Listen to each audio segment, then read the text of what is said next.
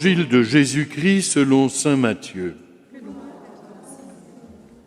En ce temps-là, comme Jésus marchait le long de la mer de Galilée, il vit deux frères, Simon, appelé Pierre, et son frère, André, qui jetaient leurs filets dans la mer. C'étaient des pêcheurs. Jésus leur dit « Venez à ma suite, et je vous ferai pêcheurs d'hommes ». Aussitôt, laissant leurs filets, ils le suivirent. De là, il avança et il vit deux autres frères, Jacques, fils de Zébédée, et son frère Jean, qui étaient dans la barque avec leur père, en train de réparer leurs filets. Il les appela. Aussitôt, laissant la barque et leur père, ils le suivirent. Acclamons la parole de Dieu.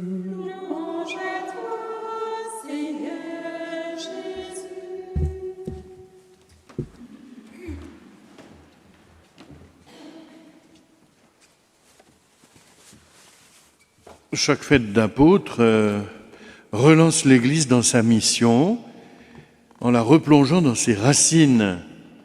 Et nos racines, notre racine, c'est l'appel que le Fils de Dieu a lancé à 12 pauvres hommes. C'est là qu'a commencé l'histoire de la mission. Cet appel a totalement bouleversé la vie de ces hommes. Et à travers eux, cet appel vient nous rejoindre aujourd'hui. Parce qu'aujourd'hui, le Christ croise ton chemin. Toi qui es là aujourd'hui, il te dit « Viens à ma suite ». Comme il l'avait fait il y a 2000 ans au bord du lac, il le fait aujourd'hui sur la montagne, dans la pluie et le brouillard. La vie de chrétien, chers amis, ce n'est pas un choix idéologique, ce n'est pas un statut. Quand j'étais petit, je chantais « Je suis chrétien, voilà ma gloire ». Moi, je suis bien persuadé que c'est une gloire d'être chrétien, mais en fait, ce n'est pas un statut. Voilà. Être chrétien, c'est une force, c'est un appel, une force qui nous pousse de l'avant. Ce n'est pas un statut qui nous laisse statiques. C'est une force qui nous pousse, une force qui nous envoie vers les autres. La force de l'Évangile, c'est un feu, vous voyez, c'est un feu intérieur, un feu qui brûle en nous. Je pense, en priant, je pensais à la chaudière, là, ici. Voilà, on a une nouvelle chaudière, elle marche au bois. Mais elle ne marche pas pour se faire plaisir, voyez-vous. Elle marche pour nous chauffer. Et ça ne marche pas trop mal, d'ailleurs. Et c'est un feu pour les autres. Le feu qui brûle en nous est un feu pour les autres. On ne peut pas le contenir. Notre mission est bien de le répandre. Et Jésus est venu, nous dit-il, allumer un feu sur la terre. Et ce feu, il va le confier à son Église. Et les successeurs des apôtres, à travers tous les siècles, nos évêques ont eu et ont toujours aujourd'hui pour mission d'entretenir en nous ce feu de la foi. Et saint Paul, dans la première lecture, dit des choses très intéressantes. Moi, je vous invite à reprendre cette première lecture, à prendre le temps de la relire et de la méditer.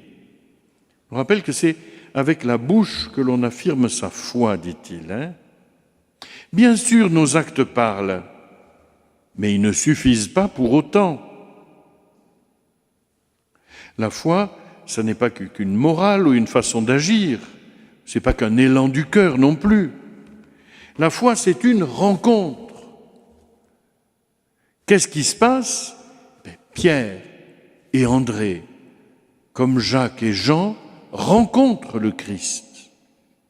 Et une rencontre, elle est riche de contenu. C'est en ce sens qu'on parle du contenu de la foi. Connaître le Christ, éprouver la puissance de sa résurrection. Mais tout cela, ça ne vous tombe pas dessus comme un flocon de neige. Ça s'apprend. Et c'est ça qui est difficile dans la transmission de la foi aujourd'hui. Soit c'est un élan du cœur, et voilà, ou alors on est complètement enserré et tout boulonné dans un système. Et non, on s'apprivoise de la présence de Jésus. On apprend à le connaître. Et saint Paul rappelle encore, et ces questions sont fondamentales, comment mettre sa foi en lui si on ne l'a pas entendu? Comment entendre si personne ne proclame? Comment proclamer sans être envoyé? Jésus a posé des actes d'amour absolument inouïs. Mais mieux que cela, plus que cela, l'Évangile, voyez-vous, c'est pas une tâche humaine, c'est pas un programme. C'est la continuation dans le temps et l'espace de la mission du Christ qui nous est confiée. Et vous, c'est pas une société internationale qu'il faut faire grandir. C'est la mission du Christ poursuivie à travers les siècles et l'espace. À la suite d'André et de son frère Pierre, il nous faut nous appuyer, frères et sœurs, sur l'appel que nous avons reçu, pour être forts, persévérants dans l'annonce explicite de l'Évangile. La foi vient de ce que l'on entend, disait saint Paul. Pour ça, il faut des gens qui parlent. Nous vivons cette neuvaine de prière pour les séminaristes qui sont réunis sous le beau ciel de Paris, et tous les séminaristes de France qui vont vivre un beau temps fort spirituel ensemble. Et nous voulons porter devant Dieu ces jeunes qui veulent donner leur vie pour l'annonce de l'Évangile. Si personne n'annonce, comment connaîtra-t-on le Christ?